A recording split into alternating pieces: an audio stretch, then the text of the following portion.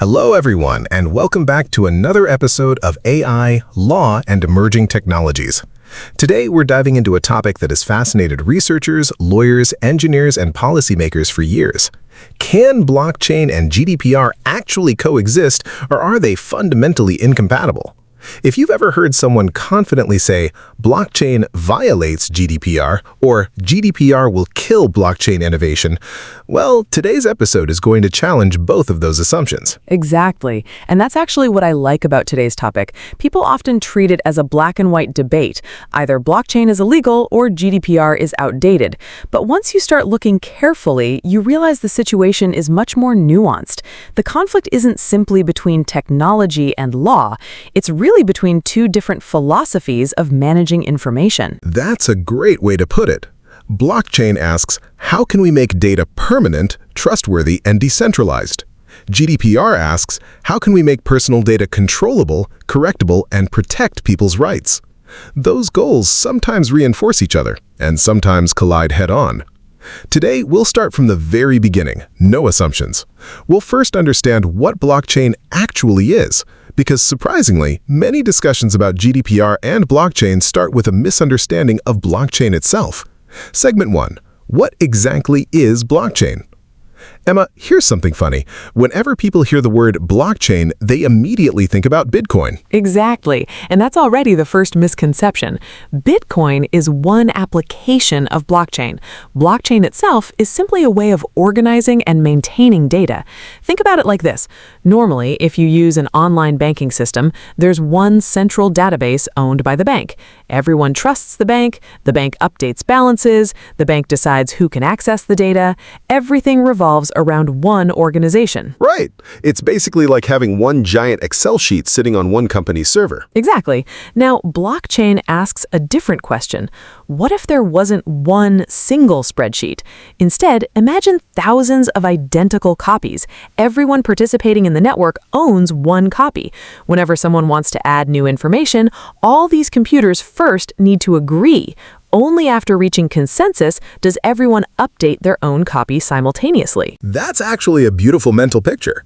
Instead of one computer keeping records, it's thousands of computers keeping exactly the same history. Yes, that's why blockchain is often described as a shared and synchronized database. Those two words, shared and synchronized, are incredibly important. Everyone shares the ledger, everyone stays synchronized. Everyday example. Let's imagine something simpler than cryptocurrency. Suppose 10 friends are traveling together. Instead of letting one person record all expenses, everyone carries the same notebook. Whenever somebody buys lunch, everyone writes down exactly the same transaction. Now, every notebook always contains identical information. Even if someone loses their notebook, the others still have complete copies. Exactly. That's actually one of blockchain's biggest strengths. It creates resilience. Instead of relying on one central database, the system survives because information exists everywhere. Segment 2. Replication creates resilience. This idea of replication sounds incredibly useful. Why is it such a big deal? Imagine a hospital storing all patient records on one server. If that server catches fire or gets hacked or suffers hardware failure, the entire database might disappear. Now, imagine instead that identical copies exist in hundreds of secure locations. Losing one server no longer destroys the data. The system becomes much more robust. So redundancy isn't waste, it's actually protection. Exactly. Computer scientists often say redundancy increases reliability. Blockchain embraces that philosophy. Instead of minimizing copies, it intentionally creates copies. And here's where GDPR listeners should already become curious, because GDPR often asks, do you really need another copy of personal data? Blockchain says, actually yes, that's already the beginning of today's conflict. Segment 3. Append-only databases. Now, here's probably the most famous characteristic. Blockchain is often called an append-only database. What exactly does that mean? Imagine keeping a diary. Every day you write a new page. Tomorrow you add another page. Next week, another page. You never tear pages out. You never rewrite yesterday's story. You simply continue adding new entries.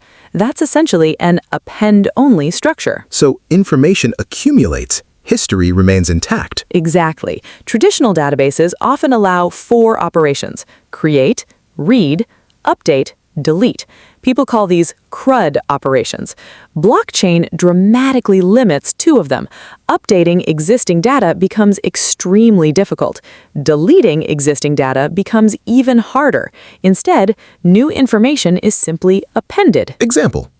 Let's use a bank example. Suppose yesterday I transferred 100 euros. Today I realize it should have been 120 euros. In a normal database, someone might simply edit yesterday's record. On blockchain, the original transaction stays forever. Instead, you create another transaction correcting the mistake. So history becomes transparent. Nothing disappears. Exactly. Blockchain values historical integrity more than easy modification. Segment 4. Why timestamps matter. The presentation also spends some time talking about timestamps.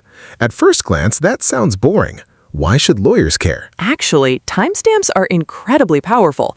Every transaction records who did something, when they did it, and in which order. Imagine investigating financial fraud, or auditing supply chains, or verifying academic certificates. Instead of relying on memory or trusting someone's spreadsheet, you have chronological evidence. So blockchain doesn't just store data, it stores history. Exactly. That's a perfect sentence. Blockchain stores history. And that's one reason many regulators actually like certain blockchain applications. Auditability, traceability, transparency, these are valuable. Segment 5. There's no such thing as the blockchain. Now, here's one statement that surprised me. The speaker says, there is no such thing as blockchain. At first, I thought, wait, isn't blockchain exactly what we're discussing? I had the same reaction years ago. But what he really means is there is no single universal blockchain. Blockchain is a family of technologies. Just like saying cars doesn't tell you whether we're talking about a Ferrari, a truck, an ambulance, or an electric vehicle. Similarly, blockchains differ enormously. That's such an important point. People often compare GDPR against blockchain as though blockchain were one technology. Exactly. Some blockchains are completely public. Others are private. Some allow anyone to participate. Others require permission. Some store lots of information. Others store almost nothing. Some have strong governance. Others intentionally avoid central governance. So every legal analysis must begin with one question. Which blockchain are we actually discussing? Segment 6. Public versus private blockchains. Let's unpack that. What's the difference? Imagine Facebook. Now imagine your company's internal communication platform. Facebook is open. Anyone can create an account. Your company's internal platform only allows employees. Blockchain works similarly. A public blockchain allows almost anyone to join. Examples include Bitcoin and Ethereum. A private blockchain limits participation. Usually, organizations know exactly who operates each node. So immediately, privacy law becomes easier in private systems. Usually, yes, because you know who is processing the data, who is responsible, who can be contacted, who can implement governance rules. GDPR likes clearly identifiable actors. Segment 7. Permissionless versus permissioned. That sounds similar. Is it the same thing? Not exactly. Think about entering a library. A public library is open to everyone, but maybe only librarians are allowed to modify the catalog, or maybe anyone can contribute. Permission refers to who can perform important actions.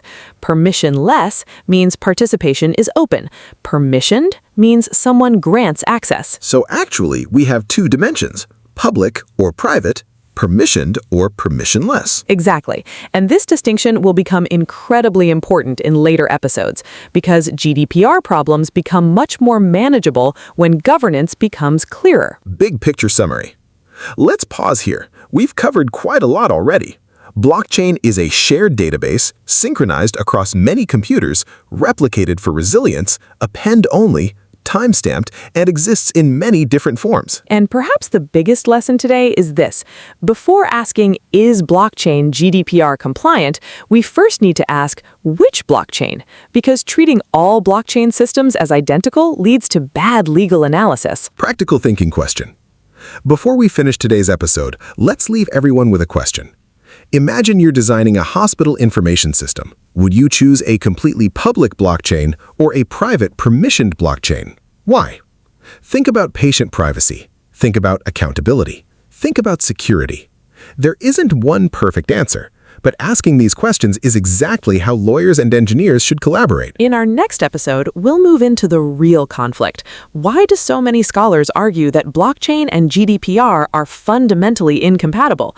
We'll explore concepts like data minimization, purpose limitation, and why copying data across thousands of computers might create unexpected legal challenges. And trust me, that's where the debate becomes really interesting, because we'll discover that some of blockchain's greatest technical strengths may also become its biggest legal headaches. Thanks for listening, and we'll see you in part 2. Welcome back, everyone. In the previous episode, we explored the technical foundations of blockchain.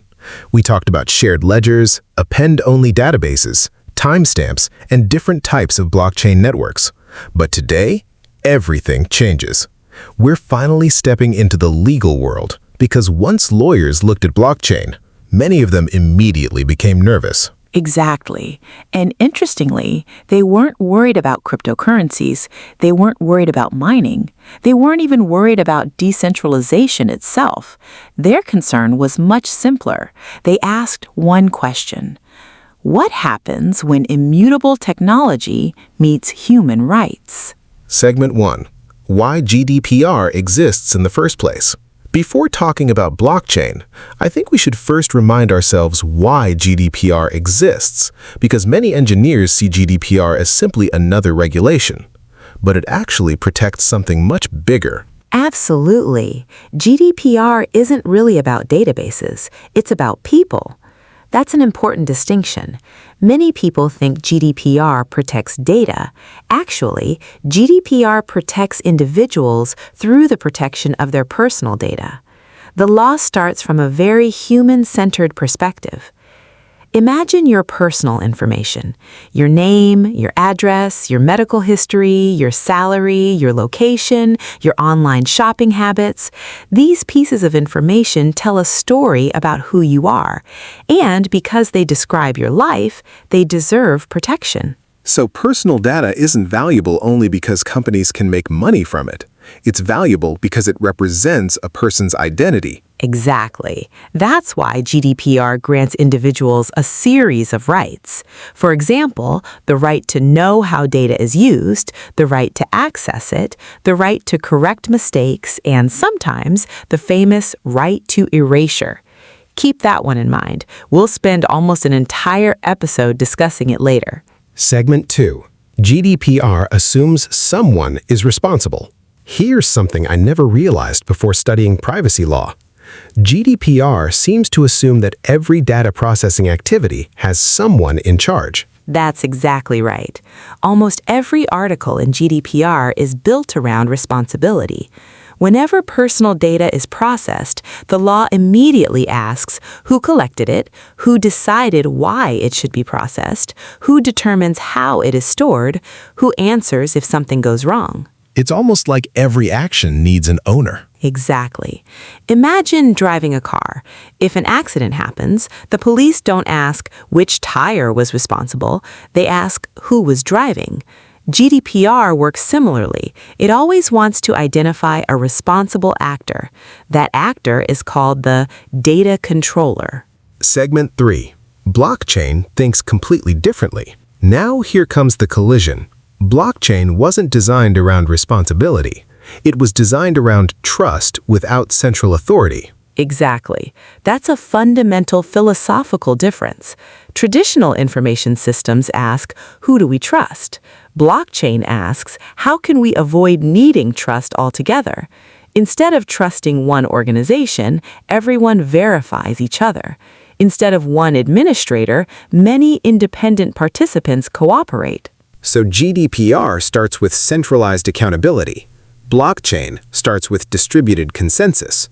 Those are two very different ways of organizing society. Beautifully said. And that's why many scholars describe this not merely as a technical conflict, but a governance conflict. Segment 4. Data minimization. Let's introduce one of GDPR's most famous principles, Data minimization.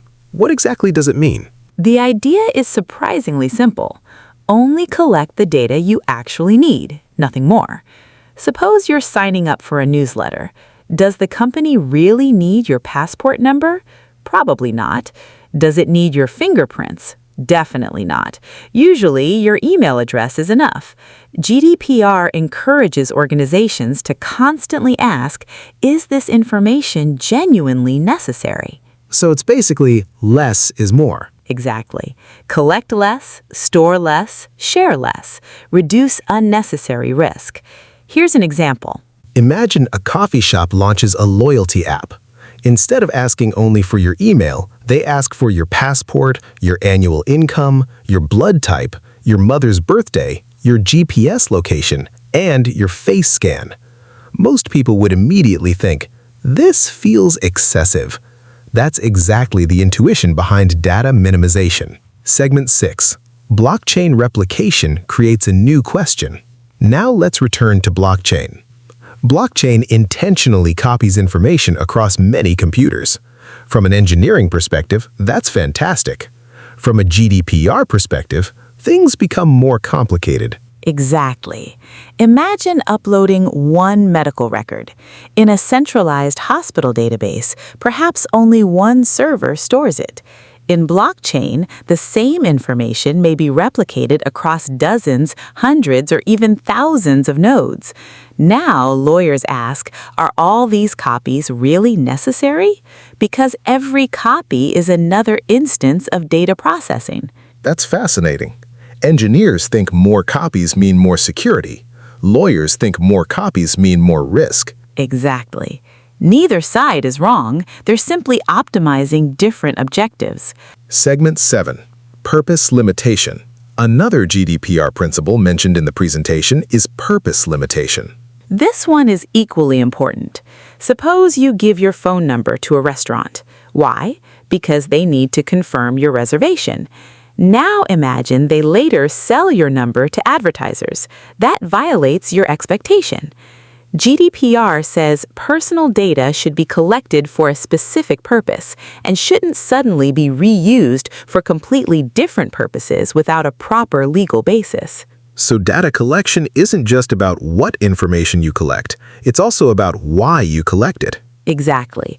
Purpose matters, context matters, expectations matter. Segment 8. Why blockchain makes purpose harder. Here's where blockchain becomes interesting again. When information spreads across many independent nodes, does every node process the data for exactly the same purpose? Excellent question. That's precisely the debate. A user may upload data for one purpose, validators process it for network security, nodes replicate it for synchronization, developers design software, researchers analyze public transactions.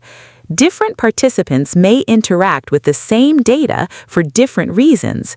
Suddenly, identifying one single processing purpose becomes much more complicated. Imagine you're shipping a package.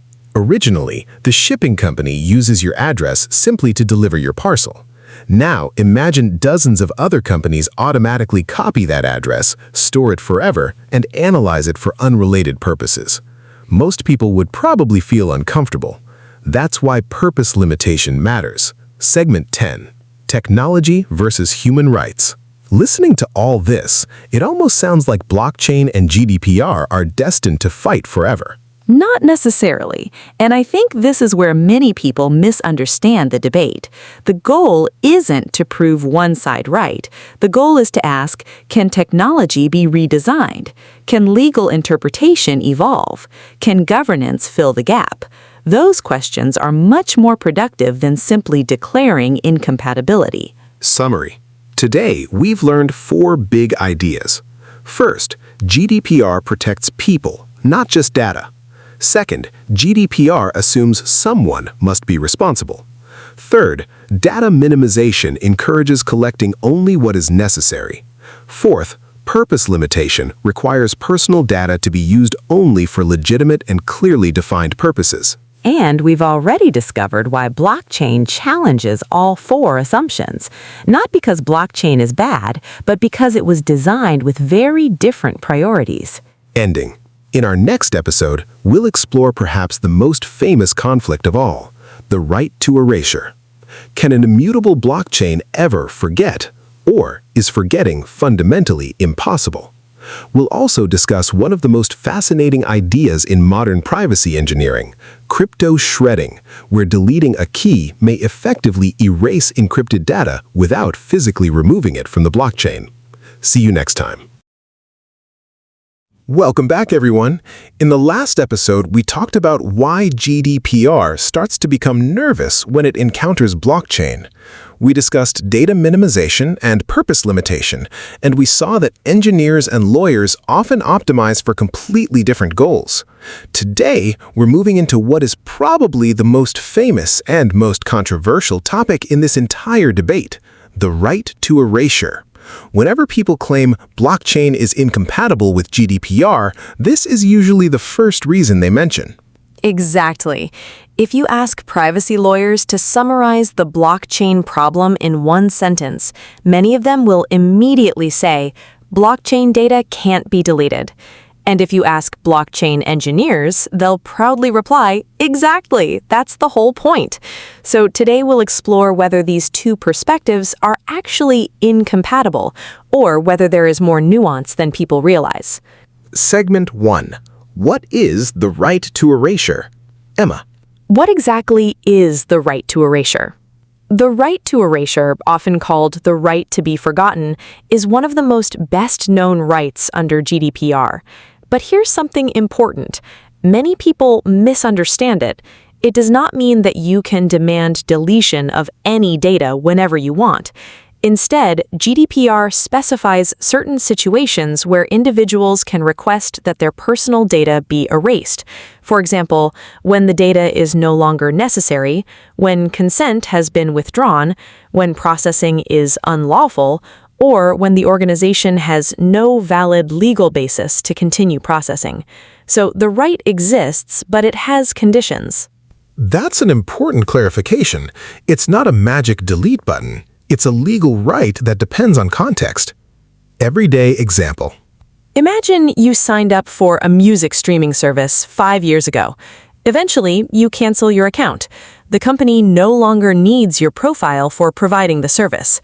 In many cases, you can ask them to erase unnecessary personal data. The idea is simple. Organizations shouldn't keep personal information forever without a legitimate reason. Segment 2. Why blockchain makes this difficult? Now, let's bring blockchain back into the picture. Traditional databases seem straightforward. If a record needs to be deleted, an administrator removes it. Problem solved. Blockchain doesn't work that way. Exactly. Remember what we discussed in part 1. Blockchain is an append-only ledger. Think about writing with permanent ink in a history book. Tomorrow you can add another page, but yesterday's page stays there. That's intentional. The permanence of historical records is one of blockchain's greatest strengths. Unfortunately, it's also exactly what creates tension with the right to erasure. Example. Let's imagine a public blockchain storing educational certificates. Suppose your university accidentally records your name incorrectly. On a normal database, someone edits one row. Done. On blockchain, the original incorrect record remains permanently visible. A correction can be added, but history doesn't disappear. Exactly. Blockchain prefers correction through addition, not correction through deletion. That's a fundamentally different philosophy. Segment 3. Why engineers love immutability. Engineers often describe immutability as one of blockchain's greatest innovations. Why? Imagine a company keeping financial records. If employees could secretly edit yesterday's transactions, fraud becomes much easier. Now imagine every transaction becomes permanently recorded. Any correction must appear as a new transaction. Suddenly, the complete history remains visible. Auditors love this. Investigators love this. Courts often appreciate reliable records. That's why immutability creates trust. So immutability isn't stubbornness, it's a security feature. Exactly. Blockchain asks, how can we prevent history from being secretly rewritten? GDPR asks, how can individuals regain control over their personal data? Both goals are reasonable. The challenge is making them coexist. Segment 4. Do we really need physical deletion? Now, here's where today's presentation becomes really interesting. It asks a surprisingly philosophical question. Does deletion always require physically removing data? Exactly. Let's think about a simple example. Imagine you have an old notebook. Inside, there's a page with your address. There are several ways to make that information disappear. You could tear out the page, burn the notebook, black out every word, lock it inside a safe forever, or encrypt it with a password that nobody can recover. Which of these counts as deletion? That's actually a legal question, not just a technical one. Interesting. So maybe the goal isn't literally making every bit disappear. Maybe the goal is ensuring nobody can meaningfully use the information anymore. Exactly. That's the key idea. Some scholars distinguish between physical deletion, where data no longer exists, and functional deletion, where data still exists physically but has become permanently inaccessible or intelligible. Segment 5. Crypto shredding. Now, we arrive at one of my favorite concepts, crypto shredding. It sounds like something from a spy movie. It does. But the idea is actually elegant. Imagine all personal data is encrypted before being stored. The encryption key is kept separately. As long as the key exists, the encrypted data can be decrypted. But if the key is permanently destroyed, the encrypted data becomes unreadable forever. The data is technically still there, but practically it has become useless. So it's like locking a diary inside an indestructible safe and then throwing away the only key.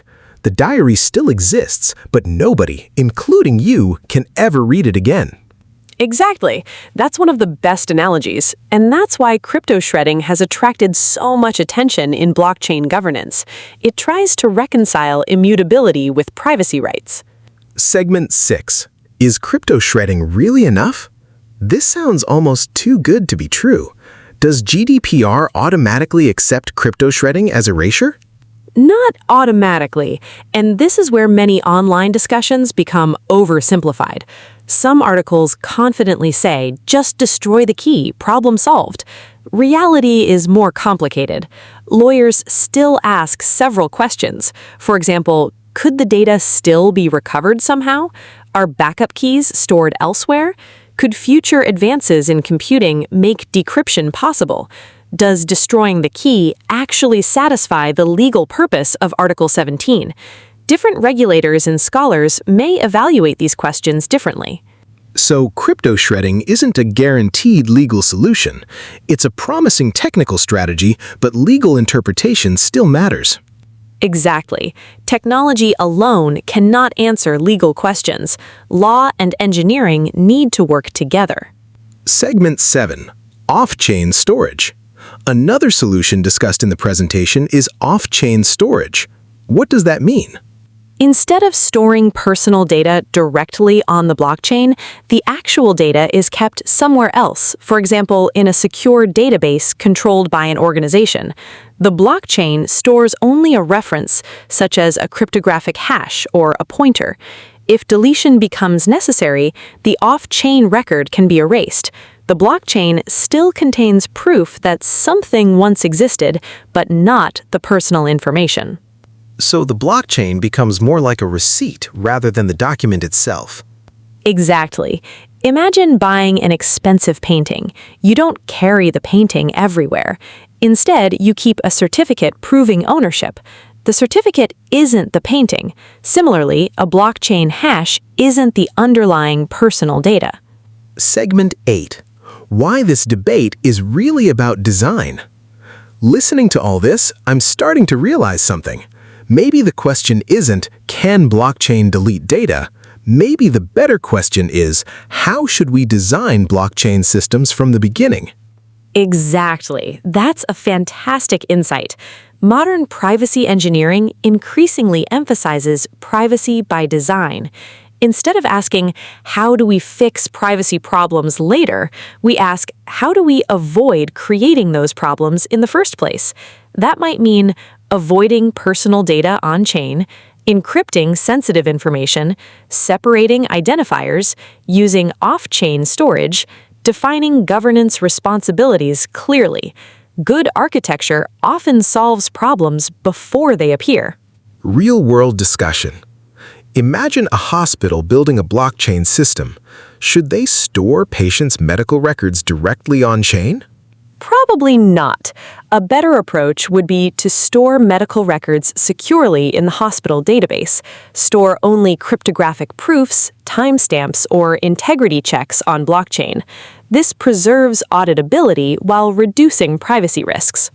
So blockchain becomes more like an integrity layer rather than a giant storage drive. Exactly. That's a distinction many people miss. Summary. Today, we've learned several important lessons. First, the right to erasure is not an unconditional right. Second, blockchain's immutability creates genuine legal tension. Third, physical deletion and functional deletion are not necessarily the same thing. Fourth, crypto shredding and off-chain storage provide possible technical solutions, but they don't automatically solve every legal issue. Finally, good privacy protection begins with good system design. In our next episode, we'll explore another fascinating question. If blockchain has no central authority, then who is actually responsible under GDPR? Who is the data controller? Is it the developer, the miner, the validator, the node operator, the company using the blockchain, or all of them together? That question turns out to be one of the biggest legal puzzles in modern digital governments. We'll also discuss joint controllers, why decentralization confuses traditional legal categories, and why some scholars believe the real answer isn't on the blockchain itself, but at the application layer. Thanks for listening, and we'll see you in Part 4. Welcome back to Blockchain Meets GDPR. So far, we've talked about blockchain technology itself, the principles of GDPR, and perhaps the most famous conflict, the right to erasure. But today, we're moving to what I personally think is the hardest question in the entire debate. Not the most technical, not the most philosophical, but definitely the most confusing. Who is actually responsible? Exactly. And this sounds like a simple question until you start thinking about blockchain. Imagine asking, who's responsible for Wikipedia? Or who's responsible for the internet? There isn't always one obvious answer. Blockchain creates exactly this kind of governance challenge. And GDPR doesn't really like uncertainty. Law likes responsibility. Law likes accountability. Law likes knowing exactly who should answer the phone when something goes wrong. Exactly. GDPR begins almost every discussion with one question. Who is the data controller? Blockchain often replies, well, everyone participated. And that's where today's discussion begins. Segment 1. What is a data controller? Emma, let's start with the legal definition. What exactly is a data controller? The easiest way to understand it is this. A data controller is the person or organization that decides two things. First, why the personal data is being processed, and second, how that processing will happen. Lawyers often summarize this as determining the purposes and the means of processing. So if I build an online shopping website, I decide why customer information is collected and how it's stored. That makes me the controller. Exactly. You choose the business purpose. You design the workflow. You decide which data is collected. You determine how long it's stored. You are making the important decisions. Everyday example. Imagine opening a restaurant. Customers give you their names, phone numbers, and reservation times. Why? Because you need to manage bookings. You decided that purpose. You chose the reservation software. You decide how long to keep customer records. You're the controller. Not the software company, not the internet provider, you. Segment 2. Then what is a data processor? I remember another GDPR term, data processor. What's the difference? Think of a processor as someone who works for the controller. The processor doesn't decide why data is processed. Instead, it follows the controller's instructions. Could you give us an example? Sure. Suppose your restaurant uses cloud storage provided by another company. That cloud provider stores customer information, but it doesn't decide why you're collecting reservation data. It simply provides storage. In that situation, the restaurant is the controller, the cloud provider is the processor. So the controller makes decisions. The processor follows instructions. Exactly. That's one of the easiest ways to remember the difference. Segment 3.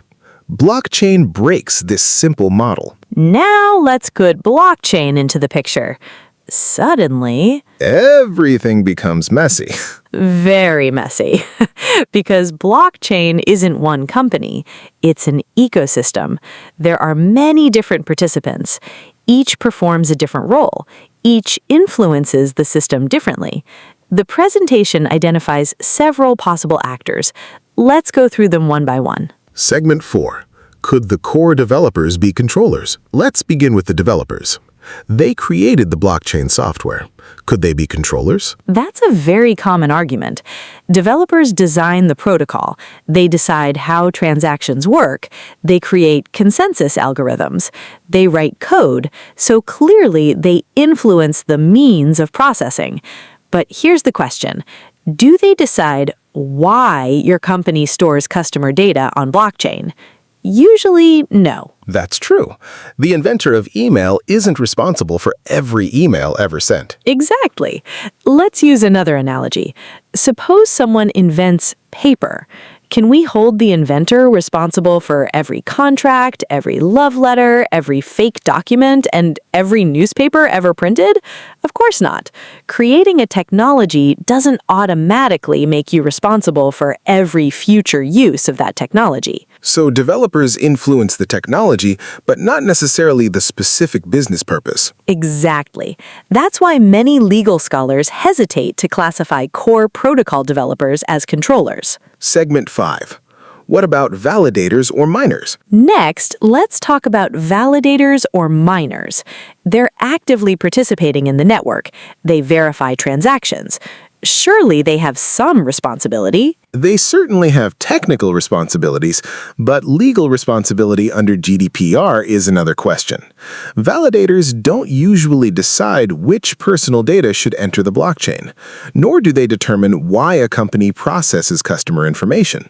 Instead, they perform a technical function, maintaining network integrity. So they're a little like postal workers. They deliver letters, they don't decide why those letters exist. That's actually an excellent analogy. The Postal Service carries information, but it doesn't decide the sender's purpose. Similarly, validators facilitate transactions. They don't usually define the business objectives behind them. Segment 6. What about node operators? Okay, how about node operators? They store copies of the blockchain. Doesn't storing data automatically make them responsible? That's another fascinating question. Remember, GDPR doesn't ask only who stores data. It asks who determines the purposes and means. Storage alone isn't enough. Imagine renting warehouse space. The warehouse stores your furniture, but it doesn't decide why you own that furniture.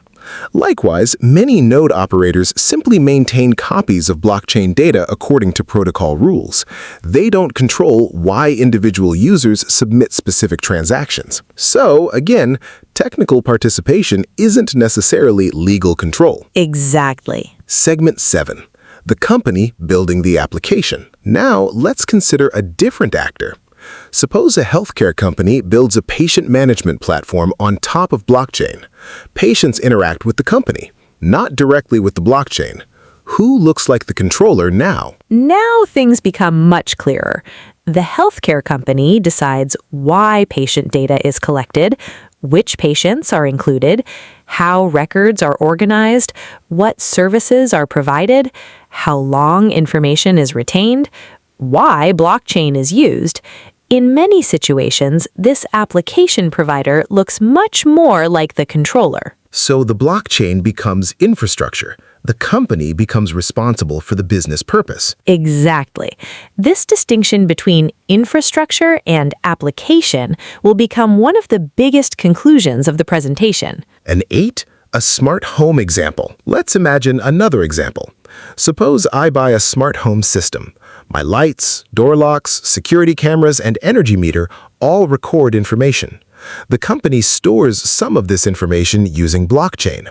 As a homeowner, who should I contact if I want my personal data deleted? Most people wouldn't contact the blockchain developers or individual validators somewhere around the world. They would contact the smart home company because that's the organization they actually have a relationship with. It's the company that determines why their data is collected, which services are offered, and how those services operate. That feels much more intuitive. Segment 9, joint controllers. But then another legal idea appears, joint controllers. What does that mean? Joint controllers are two or more organizations that together determine the purposes and means of processing. Notice the word together, not independently, together. I can give you a simple example. Imagine 2 universities running one shared admissions platform. They jointly decide which student information is collected, how applications are evaluated, and how long records are stored. Neither university acts alone. Together, they determine the processing. That makes them joint controllers. Segment 10. Could an entire blockchain be joint controllers? Some scholars have suggested something quite radical. Maybe everyone participating in blockchain is a joint controller. Developers, validators, nodes, everyone. What do you think? It's an interesting theory, but the presentation also points out several practical problems. Imagine trying to write one legal agreement among 20,000 independent blockchain nodes. Who signs it? Who coordinates responsibilities? Who answers data subject requests? Who handles complaints? It quickly becomes unrealistic. So, legally possible in theory, but practically very difficult. Exactly. Law isn't just about elegant theories. It also has to work in real life. Segment 11. Why this matters for AI. This discussion actually reminds me of AI governance. People often ask, who's responsible? The model developer, the company deploying AI, the cloud provider, the user, the regulator. Exactly. Blockchain and AI raise surprisingly similar governance questions. Modern digital systems are increasingly built from ecosystems, not single organizations. Responsibility becomes distributed. That's why governance is becoming just as important as technology itself. Big picture summary. Today, we've learned something really important. Being involved in a technology doesn't automatically make you legally responsible for every use of that technology. Exactly. GDPR focuses on who determines why and how personal data is processed. And in many blockchain applications, that responsibility may lie much closer to the application provider than to the underlying protocol. Next time, we'll build on today's discussion. We'll introduce one of the most important ideas in the entire presentation, infrastructure layer versus application layer.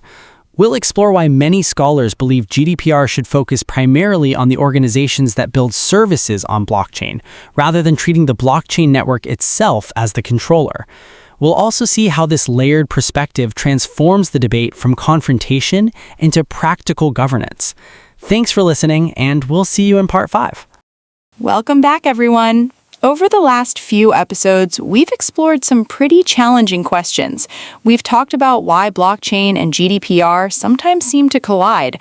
We've discussed the right to erasure, and last time we wrestled with perhaps the biggest legal mystery: who is actually responsible in a decentralized system?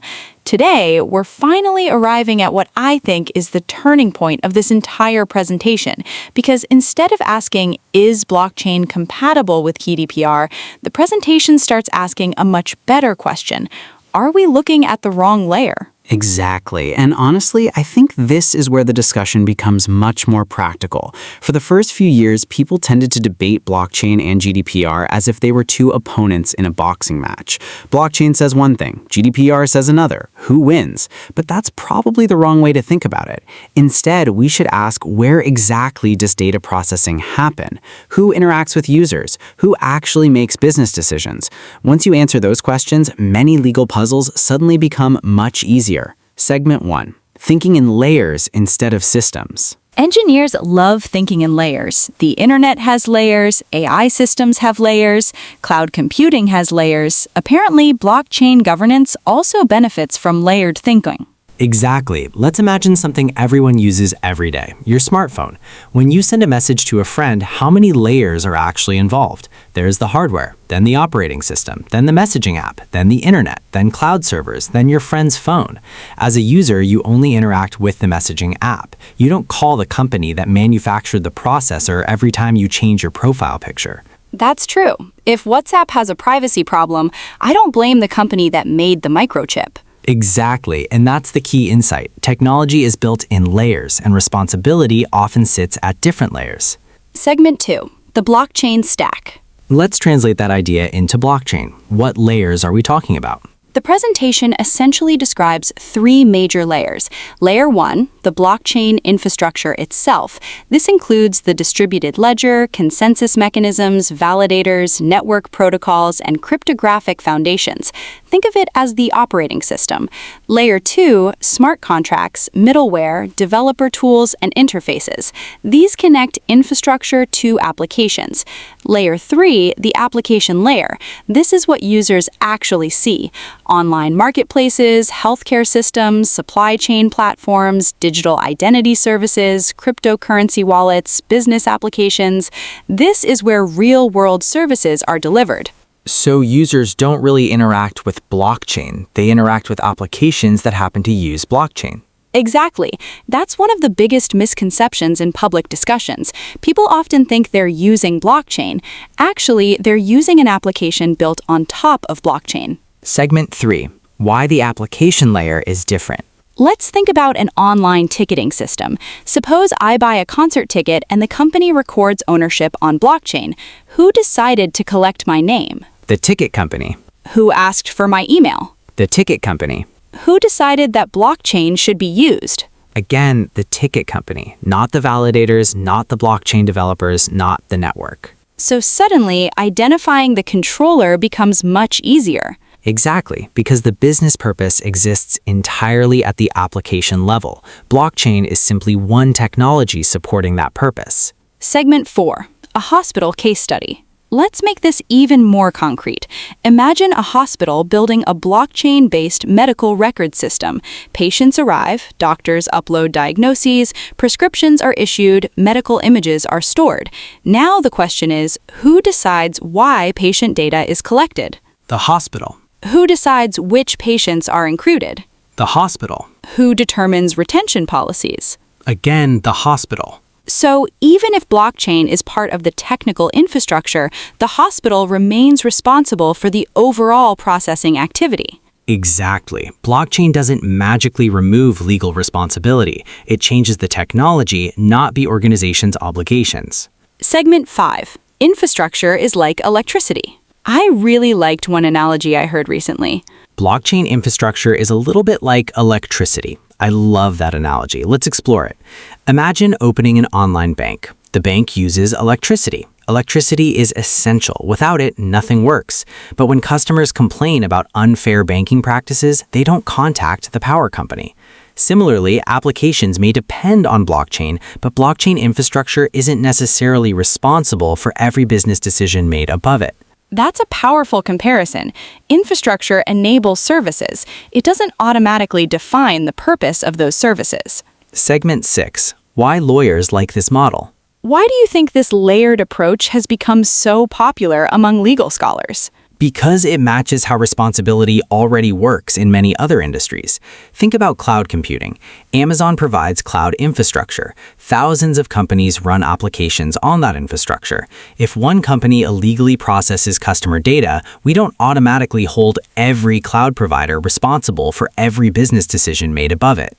Instead, we identify who actually decided the purpose of processing. The same reasoning can often apply to blockchain. So we're not ignoring blockchain. We're simply locating responsibility where meaningful decisions are actually made. Exactly. Law isn't trying to identify who touched the data. It's trying to identify who controlled the processing. Segment 7. What about AI? This layered model reminds me of something happening in AI. Take a large language model. There are multiple layers: the foundation model developer, the cloud provider, the application developer, the company deploying the chatbot, the employee using it. Who should regulators focus on? That's one of the biggest questions in AI governance today. And interestingly, the same layered thinking appears in the EU AI Act. Different actors have different responsibilities because they perform different functions. A foundation model provider doesn't necessarily know every downstream application. Meanwhile, the company deploying AI in a hospital or recruitment system often makes the critical decisions affecting individuals. Blockchain governance and AI governance are becoming surprisingly similar. That's fascinating. Technology is becoming more modular. Governance has to become more modular too. Segment 8. Why privacy by design matters. Another important concept introduced here is privacy by design. Instead of waiting until the system is finished, privacy should be considered from the beginning.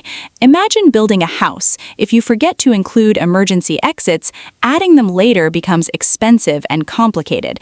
The same applies to digital systems. Privacy shouldn't be an afterthought. It should be part of the blueprint. So before writing a single line of code, developers should ask, do we really need personal data? Can we pseudonymize it? Can sensitive information stay off-chain? Can we minimize data collection? Can we clearly define who is responsible? Exactly. Good governance begins during system design, not after deployment. Segment 9. Digital identity systems. Let's imagine a digital identity system. A government wants citizens to prove who they are online. One proposal is to store everything on blockchain. Would that be a good idea? Probably not. Instead, the blockchain might store only cryptographic proofs, while sensitive personal information remains securely controlled elsewhere. That way, the blockchain verifies authenticity without exposing unnecessary personal data. This perfectly illustrates today's main message. Use blockchain for what it's good at: integrity, verification, and auditability, not necessarily for storing every piece of personal information. Segment 10. The mindset shift. I think today's biggest lesson is actually psychological. At the beginning of this series, I kept asking, can blockchain satisfy GDPR? Now I'm asking a completely different question. How should we architect blockchain systems so that GDPR requirements are naturally supported? That's a much more constructive mindset. Exactly. Instead of seeing regulation as an obstacle, we start seeing it as a design constraint, just like performance, security, or energy efficiency. Good engineers already design around constraints. Privacy should simply become another engineering objective. Summary. Let's summarize today's episode. We learned that modern blockchain systems should be understood in layers. The application layer often determines the purpose of processing. Infrastructure enables services but doesn't automatically become the controller. Privacy by design encourages solving problems before systems are deployed. Good governance depends on architecture, not just legal documents. Closing. In our next episode, we'll move from conflict to opportunity. So far, we've mainly discussed why blockchain creates challenges for GDPR, but that's only half the story. The presentation ends on a much more optimistic note. We'll explore how blockchain can actually strengthen GDPR objectives, including accountability, transparency, integrity, auditability, and secure data sharing. We'll also discuss why some researchers argue that blockchain isn't the enemy of privacy. It can actually become one of privacy's most powerful tools when designed correctly. That sounds like the perfect way to finish this journey. We'll see how the conversation evolves from collision to synergy. Thanks for listening, and we'll see you in part 6, the final episode of our series. Welcome back, everyone, to the final episode of our Blockchain Meets GDPR series. Over the past 5 episodes, we've explored what initially looked like an impossible relationship. We started by understanding blockchain technology. Then we discussed GDPR. After that, we examined the conflicts around data minimization, purpose limitation, the right to erasure, and identifying the data controller. At several points, it almost felt as if blockchain and GDPR were fundamentally incompatible. But today's episode tells a very different story. Instead of asking, why do blockchain and GDPR collide, we're asking, how can blockchain actually achieve GDPR's goals? Exactly. And I think this is the most important message of the entire presentation. Many people stop the discussion after identifying the conflicts, but good researchers don't stop there. They ask, can we redesign the system? Can technology support legal principles? Can legal principles inspire better technology? That's where innovation happens. Segment 1. GDPR isn't trying to stop innovation. Emma, I think there's a common misunderstanding. Many engineers believe GDPR is simply anti-technology. Is that really true? Not at all. GDPR never says don't innovate. It says innovate responsibly. Think about seatbelts in cars. When governments required seatbelts, people didn't stop making cars. Instead, engineers designed better cars. Similarly, GDPR doesn't ask companies to stop developing blockchain. It asks them to develop blockchain systems that respect people's rights. So GDPR isn't the enemy of innovation, it's encouraging trustworthy innovation. Exactly. And that's an important phrase, trustworthy innovation. Technology succeeds when people trust it. Privacy protection helps build that trust. Segment 2. Accountability. Let's start with one of GDPR's core principles, accountability. What does that actually mean? Accountability means organizations should not only follow the rules, they should also be able to demonstrate that they followed them. In other words, you don't simply say, trust us, you provide evidence. And blockchain is actually very good at evidence. Exactly. Imagine an international food supply chain. A package of strawberries travels from a farm to a distributor to a warehouse to a supermarket. Every step is recorded. Every timestamp is preserved. If contamination occurs, investigators can reconstruct the complete journey. That's accountability in action. Segment 3. Transparency. Another GDPR principle is transparency. Many people think transparency and privacy contradict each other. Is that always true? Not necessarily. Transparency doesn't mean publishing everyone's personal information. It means making processing understandable. People should know what data is collected, why it is collected, who can access it, and what happens to it. Blockchain can actually help here. Every authorized action can leave a verifiable record that improves auditability. Example. Imagine a university issuing digital diplomas. Every diploma issuance is timestamped. Every verification request is logged. Students don't need to trust someone's memory. The system itself provides evidence. Exactly. That's transparency without exposing unnecessary personal data. Segment 4. Integrity. The also emphasizes integrity. What's the difference between integrity and security? Security asks, can unauthorized people access the data? Integrity asks, can someone secretly change the data? Imagine medical records. Even if hackers never steal them, it would still be disastrous if someone quietly changed a patient's blood type. Integrity ensures information remains reliable. Blockchain excels at preserving integrity. So blockchain isn't just protecting secrecy, it's protecting truth. Beautifully said. It's protecting the reliability of history. Segment 5. Auditability. Let's talk about auditing. Why do auditors become so interested in blockchain? Because blockchain naturally creates chronological evidence. Imagine you're auditing government spending. Normally, you collect receipts, emails, contracts, bank transfers, and accounting records. Now, imagine every approved payment has already been timestamped, cryptographically linked, and preserved. Auditing becomes much easier. Example. Think about carbon credits. Many companies now claim they're reducing emissions. Blockchain could record every certified carbon credit transaction, making greenwashing much harder. Exactly. Or consider charitable donations. Donors often wonder, did my money really reach the people who needed it? Blockchain-based audit trails could improve public trust. Segment 6. Secure data sharing. Here's another interesting point. Many organizations struggle to share data safely. Hospitals, banks, insurance companies, universities, they all need collaboration. Exactly. But collaboration usually creates privacy risks. Blockchain offers one possible solution. Instead of constantly sending copies of sensitive data, participants can share verified references, digital signatures, or cryptographic proofs. In some situations, that reduces unnecessary duplication while preserving trust. Example: suppose I apply for a mortgage. Instead of emailing my employment certificate 10 different times, my employer issues one cryptographically verifiable credential. The bank verifies it instantly. No repeated uploads, less manual checking, less opportunity for fraud. That's an excellent example. Blockchain doesn't necessarily replace databases. Sometimes it simply improves trust between databases. Segment 7. Blockchain plus AI. Let's move beyond the presentation for a moment. What happens when blockchain meets AI? That's one of today's hottest research topics. Imagine an AI model making medical recommendations. Doctors may ask, which version of the model generated this recommendation? When was it trained? What data was used?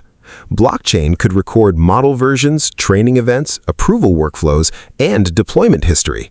That creates stronger AI governance. So blockchain isn't replacing AI, it's improving AI accountability. Exactly. And that's why AI governance, the EU AI Act, and blockchain governance increasingly overlap. They're all trying to answer the same question. How can we build trustworthy digital systems? Segment 8. The biggest misunderstanding. After 6 episodes, I think I've identified the biggest misunderstanding people have. They ask, should we put everything on blockchain? Maybe that's already the wrong question. Exactly. The better question is, which information actually benefits from blockchain? Blockchain isn't a universal database, it's a specialized tool. Use it where its strengths matter: integrity, auditability, distributed trust, and tamper resistance. Don't use it simply because it's fashionable. Segment 9. Thinking like a system designer. Suppose one of our listeners is designing a blockchain application tomorrow. What questions should they ask before writing code? I'd probably make a checklist. Question 1. Do we really need blockchain? Sometimes a normal database is enough. Question 2. Do we really need personal data? Can anonymized or pseudonymized information achieve the same goal? Question 3. Should sensitive information remain off-chain? Question 4. Who is the controller? Can responsibilities be clearly defined? Question 5. What happens if users exercise their GDPR rights? Have we designed procedures for access, correction, and erasure requests? That's almost a governance framework. Exactly. Good governance starts with privacy by design and thoughtful system architecture. Segment 10. Final reflection. Emma, after this entire series, how would you summarize the relationship between blockchain and GDPR? I'd summarize it like this. Blockchain and GDPR aren't enemies, they're solving different problems. Blockchain asks, how do we create trusted digital history? GDPR asks, how do we protect human dignity in the digital age? Neither goal is wrong. The challenge is finding system architectures that achieve both simultaneously. That's beautifully said. Technology without human rights becomes dangerous. Human rights without workable technology become difficult to implement. Real innovation happens when law and engineering learn from each other. Final review. Let's review the biggest ideas from this entire podcast series. We learned that blockchain is a distributed, synchronized, append-only ledger. Not all blockchains are the same. Public, private, permissioned, and permissionless systems have different governance implications. GDPR protects people, not just data. Data minimization and purpose limitation challenge large-scale replication. The right to erasure creates genuine tension with immutability. Crypto shredding and off-chain storage provide possible technical solutions. The data controller is usually the actor determining the purpose and means of processing, not simply anyone maintaining infrastructure. Thinking in layers helps identify meaningful legal responsibility. Blockchain can strengthen accountability, transparency, integrity, and auditability when used appropriately. Good governance begins with privacy by design and thoughtful system architecture. Final takeaway. If there's one lesson I'd like everyone to remember, It's this. Don't ask, is blockchain GDPR compliant? Instead ask, how can we design blockchain systems that respect fundamental rights from the very beginning? That's a much more useful question for engineers, lawyers, companies, and policymakers alike. And perhaps that's the real meaning of today's title, Collision and Synergy. The collision forces us to ask difficult questions. The synergy emerges when technology and law evolve together. Thanks so much for joining us throughout this series. Whether you're a computer scientist, a lawyer, a policymaker, or simply someone curious about the future of digital society, We hope this conversation has helped you see blockchain and GDPR from a new perspective. We'll see you in our next deep dive into AI, law, and emerging technologies. Take care, everyone.